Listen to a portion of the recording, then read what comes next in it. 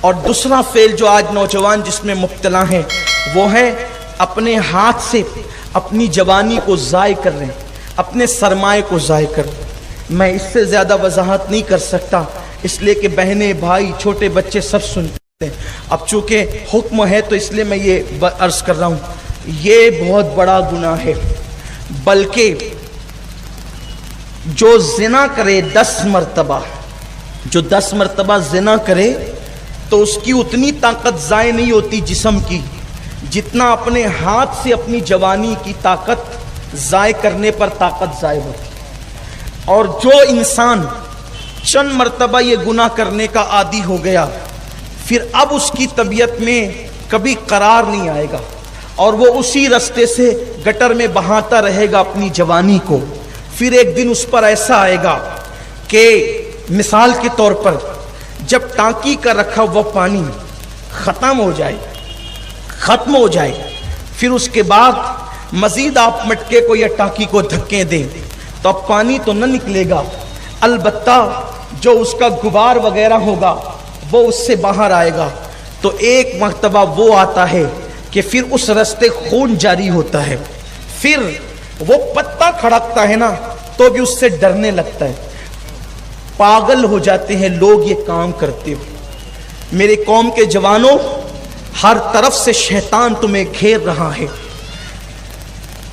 یہ ایک دیوانے کی دیوانگی ہے جو آپ کے سامنے آ کر کے لوگ کیا کہیں گے اس کی پرواہ کیے بغیر ہر گناہ کا ذکر کر رہا ہے۔ اللہ جانتا ہے صرف نیت یہ ہے کہ کوئی بندہ اس سے توبہ کر لے۔ پاگل ہونے لڑکے پاگل، آنکھوں کے ارد گرد کالے کالے ہلکے پڑنے لگتے ہیں، آنکھیں سنی سنی ہو جاتی ہے، جوانی لٹ جاتی ہے، مردانگی ختم ہو جاتی ہے، سوچنے کی صلاحیت ختم ہو جاتی ہے، چہرہ پیلا پڑ جاتا ہے، حتیٰ کہ لوگوں کے درمیان بیٹھنا اس کو اچھا نہیں لگتا، چڑچڑا ہو جاتا ہے۔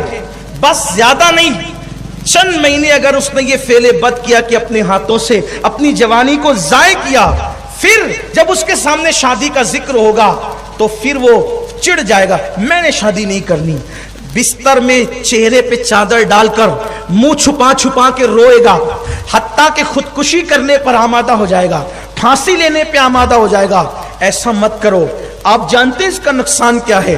اللہ اکبر، اللہ کے رسول علیہ السلام فرماتے ہیں قیامت کا دن ہوگا، کچھ نوجوان لڑکے قیامت میں اس حالت میں آئیں گے کہ ان کے ہاتھ حاملہ ہوں گے، ان کے ہاتھوں کو حمل ہوگا۔ اللہ کے رسول نے حق بیان کرنے میں میرے رسول نے حیا نہیں کی ہے۔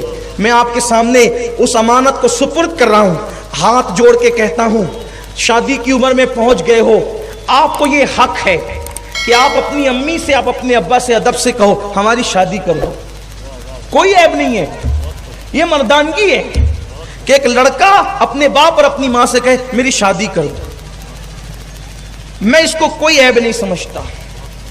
ماں باپ کے پاس، ارے مجھے کھلونے کی ضرورت تھی تو میں کھلونے مانگنے ماں باپ کے پاس جاتا، مجھے پیسوں کی ضرورت تھی میں پیسے مانگنے کے لیے ماں باپ کے پاس جاتا تھا، عید کے کپڑوں کی ضرورت تھی عید کے کپڑے مانگنے کے لیے میں ماں باپ کے پاس جاتا تھا، مجھے نئی چپل چاہیے تھی، پینسل چاہیے تھی، اسکول کی بکس چاہیے تھی، میں ماں باپ کے پاس جاتا تھا۔ جب میں نے اپنی ساری مرادیں اپنے ماں باپ سے مانگا ہے تو اب اگر جوانی کی اس حد کو پہنچ گیا ہوں کہ مجھے دلہن چاہیے تو پھر میں اس میں شرماؤں کیوں؟ جب میں نے بکس ان سے مانگی ہے، پینسل ان سے مانگی ہے، زندگی کی ہر خوشی ان سے مانگی ہے، تو میں ماں باپ سے کیا دلہن نہیں مانگ سکتا؟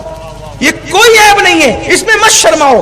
کیوں شرما کر کے جھوٹے متقی بنتے ہو؟ گٹروں میں جوانی ضائع کر کے، اپنی صحت کو ضائع کر کے آپ آگے اس پوزیشن میں آپ حق سے کہو اماں میری شادی کر دو، میں اس منزل پہ پہنچ چکا ہوں۔ اور ماں باپ کو بھی چاہیے کہ اولاد کی جلدی شادی کرو، اس سے پہلے کہ تمہاری اولاد اپنا سرمایہ گٹروں میں بہا کر کے نامردانگی کی منزلوں میں پہنچ جائے۔ تم اپنے بچوں کی شادی کر دو۔ اللہ کے رسول نے فرمایا